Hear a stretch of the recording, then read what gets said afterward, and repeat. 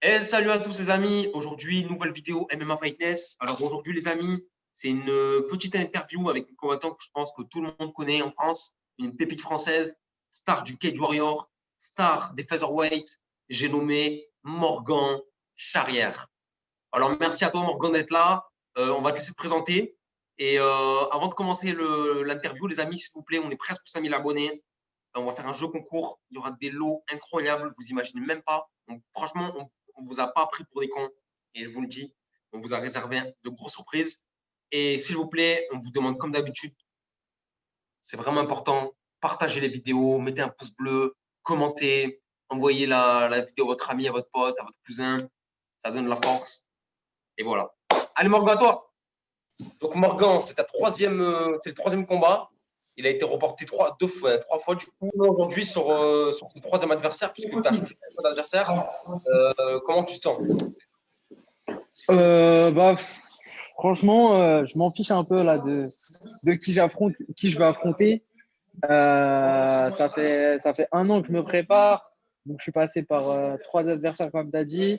Les trois, je dirais pas qu'ils ont le même profil, mais de ce que j'ai travaillé sur les trois, c'est utilisable. Donc ça me change rien. C'est pas un gros changement de style au niveau des trois adversaires.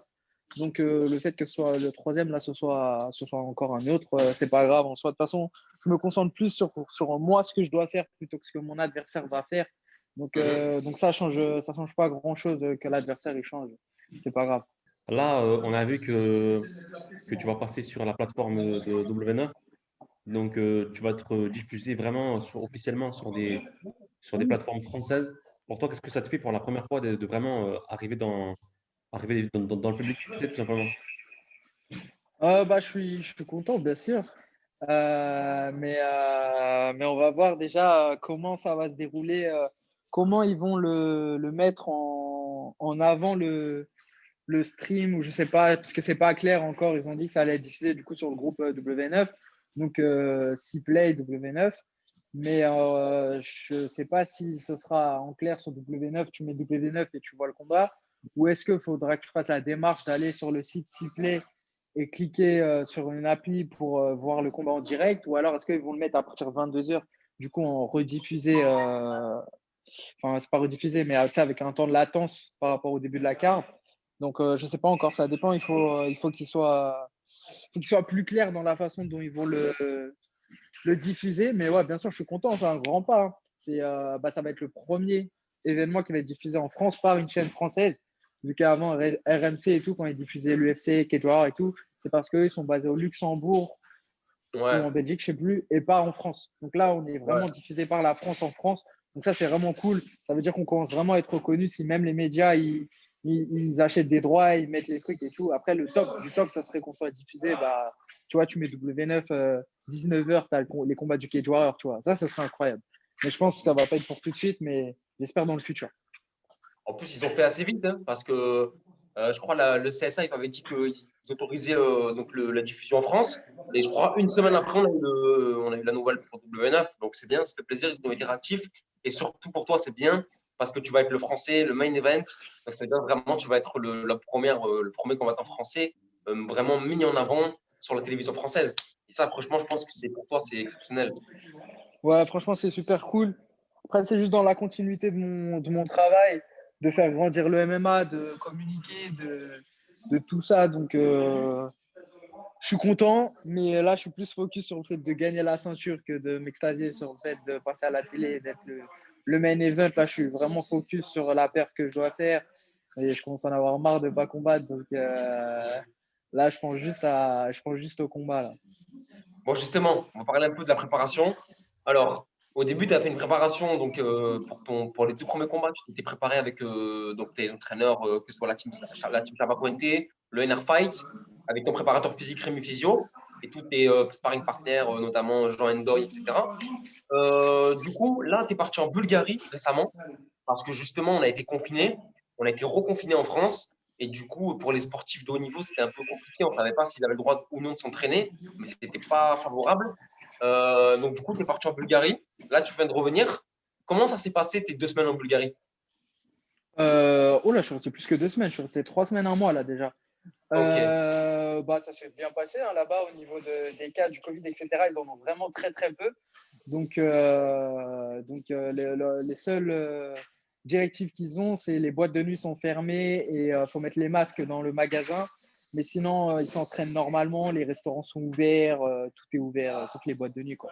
Donc, au niveau du cadre de vie, c'est plutôt sympa. Bah, d'être plus ou moins libre comparé à ici où on est confiné et quand on sort, il faut les attestations, etc. Voilà. Il y a beaucoup de cas, donc il faut faire super gaffe. On va dire que c'est un peu plus déstress d'avoir été en Bulgarie. J'ai trouvé ce qu'il fallait pour m'entraîner au niveau du niveau. Donc, il y a des Bulgares de ma caté qui sont venus, qui étaient forts, des Bulgares plus lourds. Et puis on s'est fait un bon petit camp là, sur 3 semaines à peu près. Et puis là, j'ai vu qu'en France, les pros, maintenant, on est sûr, ils peuvent s'entraîner, etc. Donc, je suis revenu pour finir la prépa ici avec les gens qui me connaissent, avec mon entourage et pour pouvoir continuer à taffer. Après, moi, c'est différent. Je pouvais me permettre de partir en Bulgarie, entre guillemets, tout seul parce que bah, ça fait 1 an que je m'entraîne là pour la ceinture. Donc, moi, je suis prêt. Là, j'ai juste à continuer à m'entraîner, en fait. d'accord. Donc, moi, ma question, justement, elle revenait sur ce que tu viens de dire auparavant. Tu dis que les professionnels ont le droit de s'entraîner, mais est-ce que malgré ça, tu rencontres quand même des difficultés à t'entraîner ici en France, avec toutes les mesures que le gouvernement a mises en place? Non, non, non, non, j'ai pas de difficulté, hein. J'ai mon attestation, j'ai ma licence pro MMA. Je prends ma moto, je vais à l'entraînement et après, je rentre chez moi. Voilà. Et par rapport à ça, justement, dans cette préparation-là, c'est quoi un peu ta routine hebdomadaire pour arriver à ta prochaine échéance? Alors là, je m'entraîne beaucoup. Là. Je m'entraîne 3 fois par jour. Plus j'ai un live avec Decathlon à 19h. Ça fait 4 du coup. Je m'entraîne 4 fois par jour. C'est trop, non? Non, tranquille. Moi, j'aimerais qu'on parle de ton adversaire. Donc, Pierre-André Goodwin. Donc, en fait, pour être honnête avec toi, j'ai parlé avec ton manager Guillaume Pelletier il y a 2 jours. Et en fait, Ok. j'ai regardé le Sherdog de Goodwin. Enfin, il a 17. Et du coup, je me disais ouais, comment tu le sens par rapport à ce Sherdog et tout. Et Guillaume Pelletier, lui, il me disait que faut pas s'y au Sherdog parce que ce mec, il a été habitué à prendre que des top fighters. Donc, ça veut dire qu'il est habitué aux grosses guerres. Donc toi, le fait d'avoir un adversaire, donc tu sais que ça va être une grosse guerre. J'imagine que ça te met pas la pression, mais ça t'excite, non? Ah ouais, moi je suis content d'avoir un adversaire qui a été dans des guerres et qui va venir pour combattre et pas pour faire chier pendant le combat, tu vois, entre guillemets. Et il va venir, il va essayer de faire ce qu'il a à faire pour gagner la ceinture et je sais qu'il va tout donner, tu vois. Il a un peu rien à perdre. Donc il va rentrer dans le combat, il va pas faire cadeau. Et comme il a dit Guillaume, il a pris que des tops, que des tops, des tops, des tops, des tops. Donc, si on se fie à son record et qu'on le prend à la légère, c'est défaite assurée. Il ne faut vraiment pas le prendre à la légère. La plupart des mecs qu'il a pris, soit derrière, ils ont signé à l'UFC, soit derrière, ils sont dans les top Cage Warrior, soit ils ont pris la ceinture du Cage Warrior, etc. Donc, non, il faut faire attention à lui. Il est dangereux. Et même sur les combats qu'il perd, c'est pas il les perd, il se fait, tu vois, il se fait démonter, il se fait laver. C'est des grosses guerres à chaque fois et tu vois, tout le monde perd ses plumes en partant à la Ouais. guerre avec lui. Donc non, non, c'est un combattant très sérieux et très dangereux qui a des trucs à proposer pendant le combat, tu vois. Comme moi, je sous-estime personne, donc je vais aller à 120% dès le début du combat, bien sûr. En plus, justement, Jim Truman que tu as battu, Jim Truman, ancien combattant, ancien champion excuse-moi, du Cage Warrior, tu l'as battu, tu l'as mis à TKO. Goodwin qui a battu des anciens UFC ou des mecs qui supportent l'UFC. Aujourd'hui, aujourd'hui réellement, tu as le niveau de l'UFC. Je veux dire, pour toi, c'est quoi, comment tu vois ton futur si tu prends la ceinture le 12 décembre? Est-ce que tu penses faire une, deux, trois défenses? Ou le but vraiment, c'est de partir à l'UFC cash? Euh, Franchement, là, je suis focus un combat l'un après l'autre, tu vois. Je suis pas pressé, pas du tout. J'ai été trop pressé au début de ma carrière. Donc là, je vis bien, je m'entraîne bien, tout est bien, je suis encore jeune. Là, je prends mon temps, je suis dans le petit de prendre mon temps et de faire des perfs et plus jamais perdre, tu vois. Donc ça veut dire, je vais gagner la ceinture du Cage Warrior. Après, si je dois la défendre, je vais la défendre. S'il faut que je la défende 3 fois, je vais la défendre 3 fois. Si l'UFC, entre-temps, il m'appelle et me propose quelque chose, je pense qu'on me dira oui. Après, ça dépend qu'est-ce qu'il me propose. Mais je ne suis pas dans une optique où je suis pressé. Si on m'appelle sur un short notice, par exemple, ou un truc, de dire ouais, ok, j'arrive, tu vois. D'accord.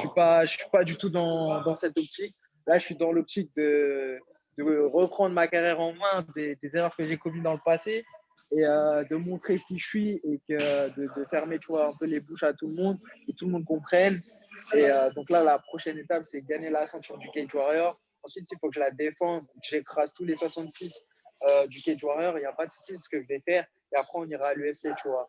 Moi, c'est pas un souci, je suis pas pressé. Je m'entraîne très bien. J'ai un camp de malade. J'ai des clubs de ouf. Mon niveau, il fait que de monter. Là, ça fait 1 an que je n'ai pas combattu. Franchement, je ne suis pas le même combattant, tu vois, que l'année dernière déjà.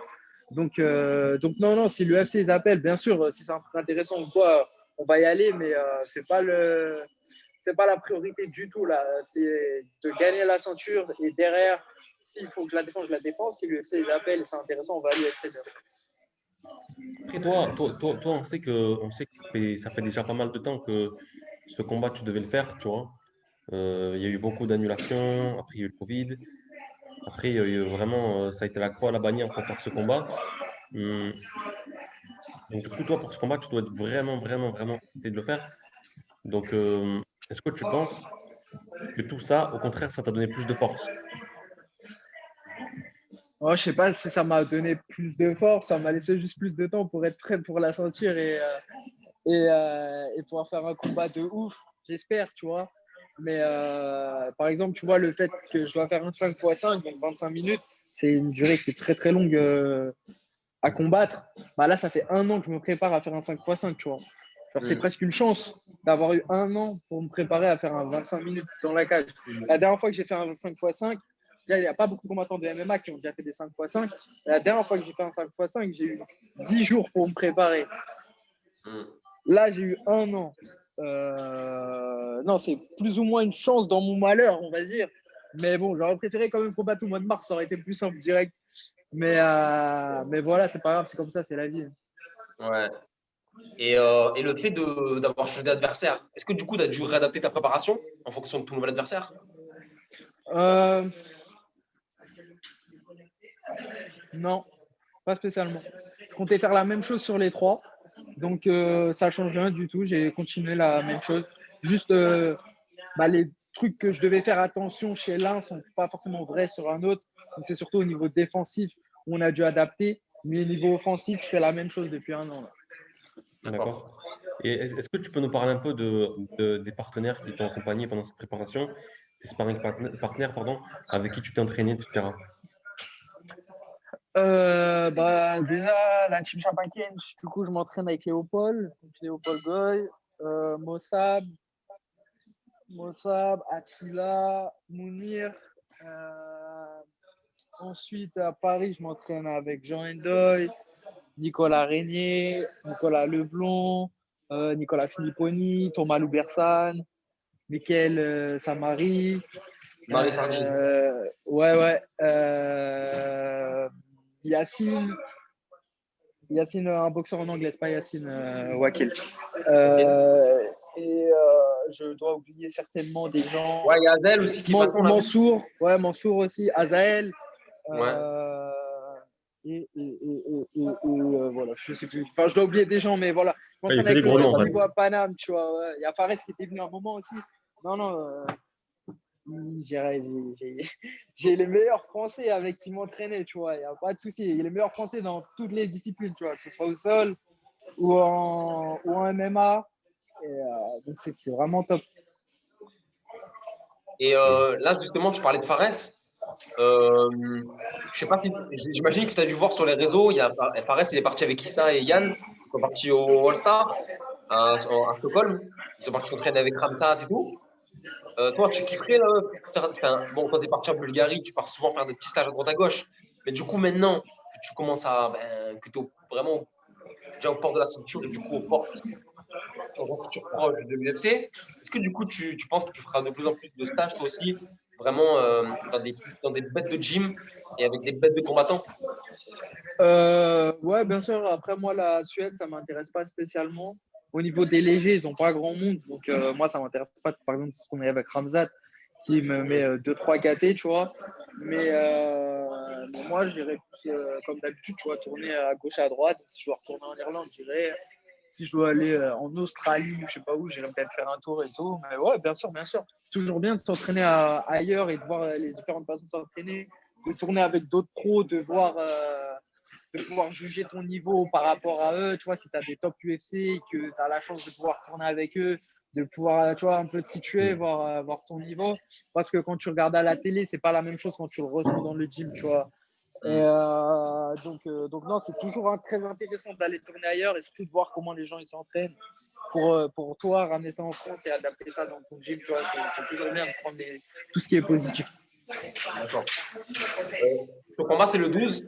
Du coup, on sait qu'il y a la quatorzaine en Angleterre. Du coup, tu pars quand, toi?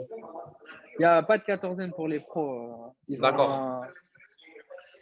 Ils sont listés sur le truc du gouvernement en tant que sport de élite au niveau, je sais pas quoi. Du coup, nous, on n'a pas de quarantaine. On prend juste l'avion tranquille. On va à l'hôtel, on reste à l'hôtel et après on fait hôtel, salle de combat, on rentre à l'hôtel, on rentre en France. Mais est-ce que Voilà. malgré ça, tu dois quand même subir plusieurs tests anti-Covid, etc. Ouais, bien sûr, on est testé quand on arrive.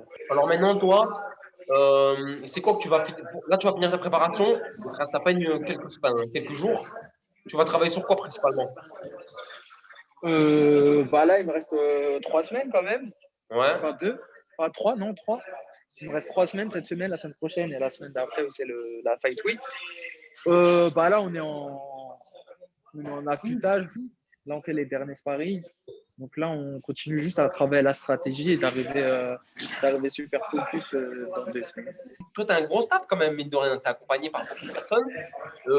Comment ils font tout ton staff justement pour s'occuper de toi et pas se marcher dessus, tu vois? Bah, tout est bien divisé, tu vois. Chacun s'occupe de sa partie. Ceux qui s'occupent du sol, ils s'occupent du sol. Ceux qui s'occupent du MMA, ils s'occupent du MMA. Ceux qui s'occupent du striking, ils s'occupent du striking. Et derrière, ils communiquent entre eux. Derrière, de toute façon, on sait tout ce qu'à l'adversaire je prends. Donc, tout est adapté au niveau stratégie par rapport à l'adversaire que je vais prendre. Donc, personne ne se marche spécialement dessus. On fait plus ou moins la même chose, que ce soit à la Chapaken, tu vois, ou à MR. Est-ce que tu pourrais nous parler un peu aussi des petits secrets un peu de tes préparateurs et tes nutritionnistes? Parce que tu as quand même un physique assez très imposant.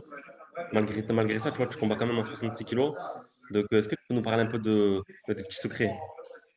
Alors, bah déjà, ça fait. J'ai commencé la muscu à 16 ans, 17 ans, un truc comme ça. Donc là, maintenant, j'ai 24, 25 ans.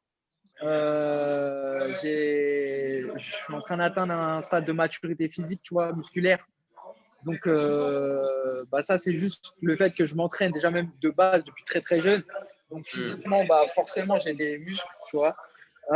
Et ensuite, la nutrition, j'ai pas de nutritionniste, je suis mon propre nutritionniste. Donc, je sais ce que je fais en nutrition. Je suis super calé. J'ai lu beaucoup de livres, j'ai fait des formations. Je mange pas n'importe quoi. Tu vois, moi, je fais pas de. Genre, quand je combats pas, manger pizza, grec tous les jours, etc. Pas du tout. Moi, je mange des légumes, je mange du riz, des pâtes, de la viande tout le temps, mes sources de protéines, etc. Je dors tôt, tu vois, je dors à 23h minuit. Et toute l'année, je m'entraîne. Tu vois, il n'y a pas de moment dans l'année où pendant 2 mois, par exemple, je ne vais pas m'entraîner. Moi, je m'entraîne toute l'année et je fais de la prépa physique toute l'année. Donc, c'est pas de la musculation, la prépa physique. Mais voilà, je soulève des poids, je jette des trucs, etc. toute l'année. Même quand je suis en vacances, tu vois, genre, je pars en vacances 2 semaines, je vais faire de la prépa physique ou même de la muscu pour me détendre, tu vois, la muscu, comme les bodybuilders, je vais faire du pump et tout. Et ensuite, je pense que j'ai aussi des prédispositions génétiques qui font que j'ai un bon physique, mais j'ai pas de secret en fait. C'est juste de la constance, tu vois. Ça fait depuis que là, ça doit faire 4-5 ans que je fais de la prépa physique avec Rémi. Donc là, ça commence à porter ses fruits, tu vois, entre guillemets, parce que c'est que du long terme, la prépa physique. Donc là, je commence à avoir les qualités qu'on a cherché à développer, qu'on a commencé. Donc là, tout commence à arriver en même temps. Plus, moi, j'ai 25 ans. C'est un âge où, tu vois, tu atteins ton pic de testo. Donc, au niveau de mes hormones et tout, tu vois, dans mon corps, ça y va, tout le monde est chaud. Bah, physiquement, je suis à maturité musculaire et c'est pour ça que bah, j'ai un physique de costaud. Hein, pour ça. Et justement, tu viens Et de dire un truc intéressant. Tu viens de dire on arrive presque à l'objectif qu'on s'était fixé. Enfin, en gros, c'est ce que ça veut dire. Mais justement, si tu pouvais par exemple, si tu pouvais nous citer un combattant, un athlète connu et auquel tu voudrais ressembler, auquel le chemin serait de finir plus ou moins pareil, tu pourrais m'en citer un ou pas? Non, pas du tout, pas du tout. J'ai pas de modèle comme ça que je D'accord. regarde spécialement physiquement. De toute façon, tu peux pas trop guider ton physique, tu vois, dire je vais être comme ça, tu vois. Moi, je Hmm. m'entraîne, c'est tout. Tu vois, Rémi me dit soulève tant de fois, je fais ça, moi. Je suis comme un Ça robot. marche. Je dis ok, je le fais. Après, j'arrive le lendemain, il me dit soulève ça, pousse ça, jette ça, je le fais. Je réfléchis pas, tu vois. Et après, derrière, c'est juste les leviers de bien manger, bien dormir, tu vois. Il n'y a pas de secret, vraiment. C'est cool, hein. Et c'est juste Hmm. de bien manger, s'entraîner, bien dormir et faire ça longtemps. Et ça fait longtemps que je le fais. Je le fais, là, ça fait 5 ans que je le fais scientifiquement, tu vois, avec un mec comme Rémi, 4 5 ans. Mais avant ça, je faisais déjà de la muscu par moi-même, de mes 16 D'accord. à mes 18 ans. Et avant ça, j'ai toujours fait des sports, tu vois, de combat ou d'autres sports. Donc, je fais des pompes, tu cours, je fais des squats. Et frère, j'avais 10 ans quand je faisais déjà ça, tu vois. Donc, c'est juste le résultat de la constance du travail. donc, du coup, pour toi aussi, le secret, c'est vraiment de donner toute sa confiance aveuglément à celui qui sait. Bah, de toute façon, à partir du moment où tu choisis un coach, normalement, tu es censé avoir confiance en lui ou un préparateur physique. Donc, ça veut dire s'il te dit fais ça, bah, tu le fais, tu vois, tu lui poses pas de questions. Par contre, si tu es avec un mec et tu sais qu'il sait pas ce qu'il fait, là, forcément, tu vas te poser des questions. Moi, je me pose pas cette question parce que je sais qu'il sait ce qu'il fait, tu vois. Après, je m'y connais aussi en musculation et en prépa physique, etc. maintenant. Mais même si je m'y connais, c'est me dit de faire ça, tu vois, je vais le faire. Mais Bah, après, c'est vrai que parce qu'il y a des résultats si je derrière. serais avec quelqu'un d'incompétent et qui me dirait ouais, fais ça, je dirais ouais, ton truc là, je sais que tu vois, c'est n'importe quoi, tu vois. Mais là, ça, c'était pas le cas. Donc, ouais, bien sûr, c'est toujours bien de pas être, comment dire, quand tu es un athlète, de ne pas être toi le chef du camp, tu vois, de dire ouais, non, on fait ça, on fait ci. C'est mieux d'avoir un mec qui décide pour toi et il dit ouais, travaille ça, fais ci. Tu vois, Rémi, lui, s'occupe de la partie prépa. Il sait où il veut m'emmener physiquement, quelle qualité il veut me développer, etc. Tu vois, en fonction des game plans qu'on fait aussi, la prépa peut changer. Pour que j'ai plus de jus, par exemple, quand je serre, tu vois, je serre les bras, si on veut faire beaucoup de piques, ou si il veut taper fort, si on veut être plus rapide, bah, la prépa va changer en fonction de ça. Et ensuite, voilà, le mieux quand tu es un athlète, c'est tu as un head coach qui prévoit ton camp. Tu dis, voilà, là, lundi, tu fais striking, après, tu viens, on fait MMA, après, tu fais du drill, etc. Toi, bien sûr, en tant que ton combattant, tu as ton mot à dire. Tu vois, tu dis, non, là, je pense qu'il y a trop de striking, viens, on fait un peu plus de ça, viens, on fait ça, et etc. Tu vois, en fait, il faut que tout le monde discute ensemble. Et quand tout le monde est d'accord, ça coule de source, tu vois, ça roule. Et tu as des bons résultats. Moi, j'avais une question aussi sur la nutrition et la santé, deux choses qui vont ensemble.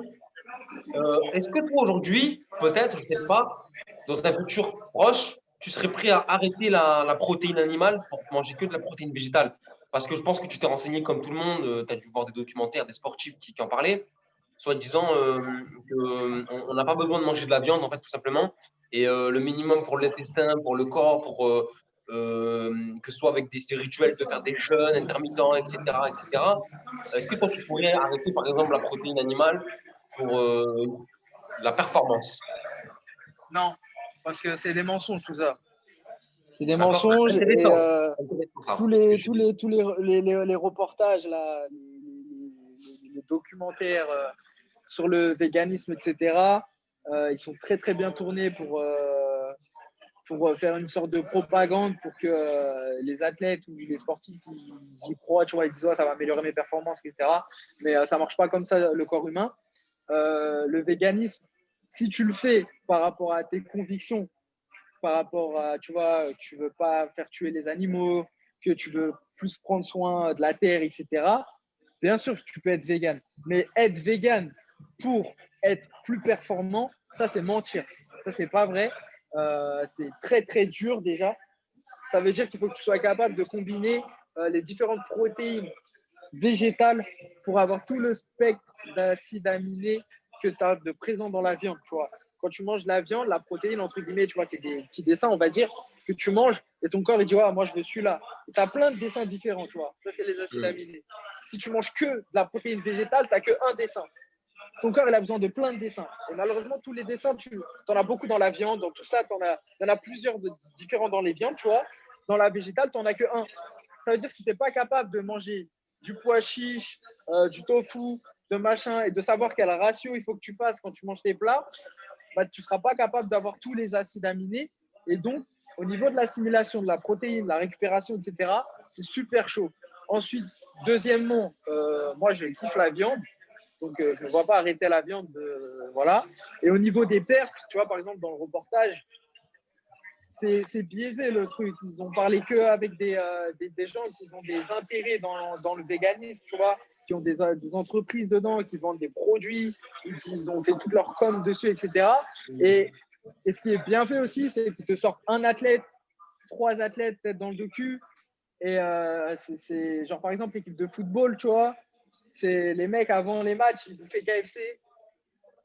C'est normal qu'ils soient nuls, enfin qu'ils n'aient pas de patates. Est-ce que moi, avant un combat, je vais au McDo? Bah non, je ne vais pas au McDo avant un combat. Donc c'est normal que si, avant tous mes combats, je vais au McDo et un jour, au lieu d'aller au McDo, on me fait manger de la salade avec des pois chiches, je vais bien me sentir. C'est normal, c'est logique. Bah, tu vois, le reportage, il est beaucoup tourné de cette façon. Et si tu n'as pas l'esprit critique ou si tu n'as pas les connaissances dans ce domaine scientifique, bah, bien sûr que tu crois. Tu dis, c'est un truc de ouf. Ah ouais, 80% et tout. Et malheureusement aussi, deuxièmement, les athlètes qui prennent, c'est des athlètes, t'en as, ils sont chargés, les mecs. C'est pas des athlètes normaux. Ça veut dire, lui, il tourne pas en mangeant. Lui, il tourne avec des piqûres dans les fesses. Donc, tu peux pas comparer un mec comme ça à un mec normal, entre guillemets. Un mec normal, tu vas lui faire manger que des produits véganes. Ça va être compliqué pour lui d'être performant, vraiment. Après, bien sûr, tu as des sportifs qui sont capables de le faire, qui ont le corps qui réagit bien, etc. Déjà, être performant et végétarien, c'est compliqué. C'est possible, mais c'est compliqué. Alors, vegan, faut soit que tu es un chef nutritionniste qui sache comment faire. Et dans ce cas, tu devrais plus ou moins pouvoir. Mais de là à être sportif élite, tu vois, je te parle du top 5 UFC, les mecs qui gagnent les grands chelems au tennis, tous ces champions-là, ils ne sont pas véganes. Hein. C'est qu'il y a une raison. Et dans le reportage, ils sortent des champions dans des sports qui sont inconnus. Ou alors ils disent, ouais, lui, bah, il est passé de 100e du classement à 20e. Mais devant lui, il y a 20 mecs qui mangent de la viande. Tu vois. Donc, ma question. Non, c'est biaisé un peu. Mais bon, par contre, tu vois, c'est pas du jugement que je dis. C'est juste du mensonge de dire que si tu es vegan, tu vas être meilleur. Ça, c'est faux. Donc, si tu veux être vegan vis-à-vis de la pollution, de la nature, etc., ça, c'est une conviction. Donc, c'est différent, tu vois. Donc, tu peux être sportif et vegan, bien sûr. Et si tu deviens vegan pour être meilleur, là, tu te trouves fortement, tu vois. Moi, ma prochaine question, justement, elle se référait à ce que tu disais par rapport aux athlètes chargés. Moi, je voudrais revenir justement sur le Cage Warrior. Est-ce que vous, les athlètes, vous êtes testés au Cage Warrior?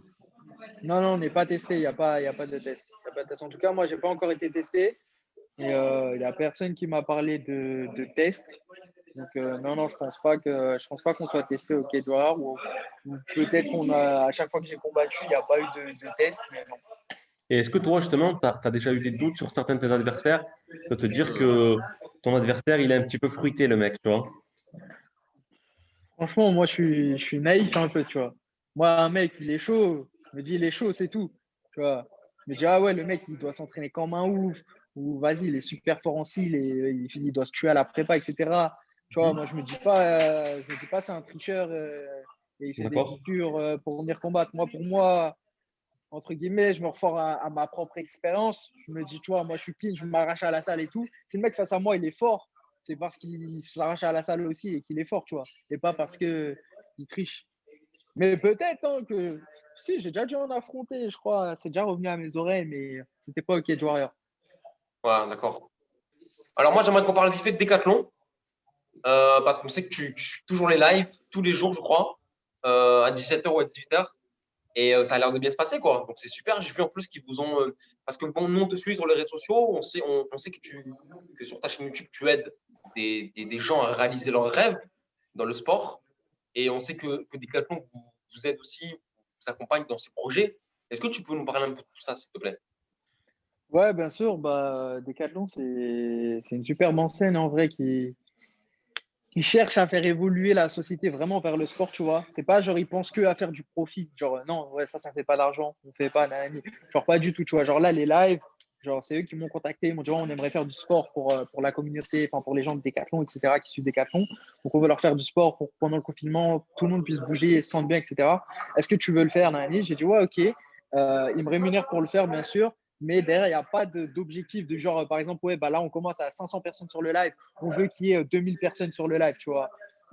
C'est pas du tout ça. C'est vraiment, viens, fais-nous des entraînements, amuse-toi, amuse les gens. Et voilà. Et ensuite, bah, sur YouTube, c'est pareil, tu vois. Je reprends des gens, j'essaie de les mettre soit dans le sport, soit des mecs qui veulent performer. J'essaie de les aider pour qu'ils atteignent le haut niveau dans la perf.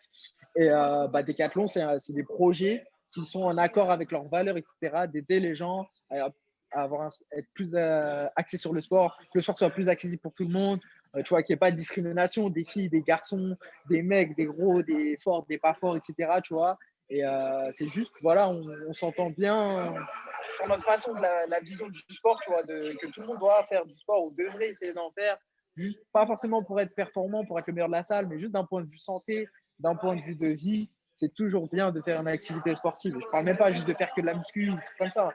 Je parle de courir, faire du tennis, jouer au foot. Tu vois, ton sport, ça peut être de jouer au foot tous les soirs avec tes potes ou tous les week-ends. Tu vois, genre, je parle pas des extrêmes comme moi qui s'entraînent toute la journée parce que nous, on a des objectifs.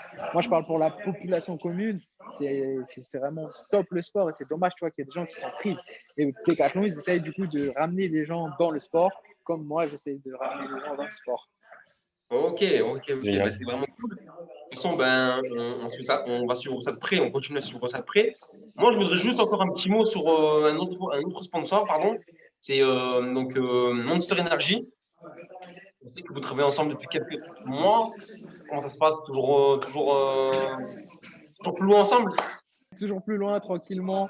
On discute, on voit ce qu'on peut faire et ça va évoluer petit à petit, tranquillement. C'est une histoire de long terme avec Monster. Donc, ça veut dire on prend notre temps sur les projets qu'on peut sortir, sur ce qui peut être fait. Après, moi, je ne bois pas des canettes tous les jours, donc je ne vais pas faire, je vais pas faire des posts et des machins tous les jours avec Monster. Mais ouais, on réfléchit à ce qu'on peut faire de cool et de kiffant pour l'esprit Monster en tout cas, tu vois. Je voudrais qu'on parle de la BDT. Parce qu'on sait que voilà, il y a Amin Ayoub, il a pris la ceinture du Brave en lightweight. On sait que le 26, là, après-demain, il y a Tony Johnson qui va combattre pour la ceinture heavyweight de l'ACA. Toi, tu combats le 12 pour la ceinture mondiale du featherweight du Cage Warrior. En fait, en l'espace de seulement un petit laps de temps, la BDT peut passer de très grosses teams de management européennes à team de malade mental, quoi. Parce que 3 champions en un mois, ça fait un petit mot sur ça, quoi. Bah, il n'y a que des sales bêtes dans cette Bonne team. question. Il n'y a que des sales bêtes. Non, non, ça, c'est le travail de Guillaume, tu vois, qui charbonne pour nous placer bien dans les orgas. Et derrière, il fait les bons matchmaking, il choisit les bons adversaires. Et nous, on fait les bonnes perfs. Et tout ça combiné, bah, voilà ce qui se passe, hein. On arrive et on prend les ceintures un peu partout. Et c'est mérité parce que Guillaume, il charbonne dans l'ombre depuis pas mal d'années, tu vois. Genre, moi, je crois avec Guillaume, c'est pareil, ça fait 3 à 4 ans qu'on travaille ensemble. Donc, bah, voilà, on a pris des victoires, on a pris des défaites, mais là, on va prendre la ceinture du Cage Warrior. Donc, ça veut dire qu'on est dans le bon angle. Niveau mondial, je crois que je suis 140e mondial, 130e, choses comme ça. Là, je pense qu'avec le combat, il y a moyen que j'arrive 110, peut-être 100, peut-être que je passe sous le top 100 mondial. Donc, ça sera un truc de ouf, tu vois. Donc, non, non, c'est qu'on avance très, très, très bien.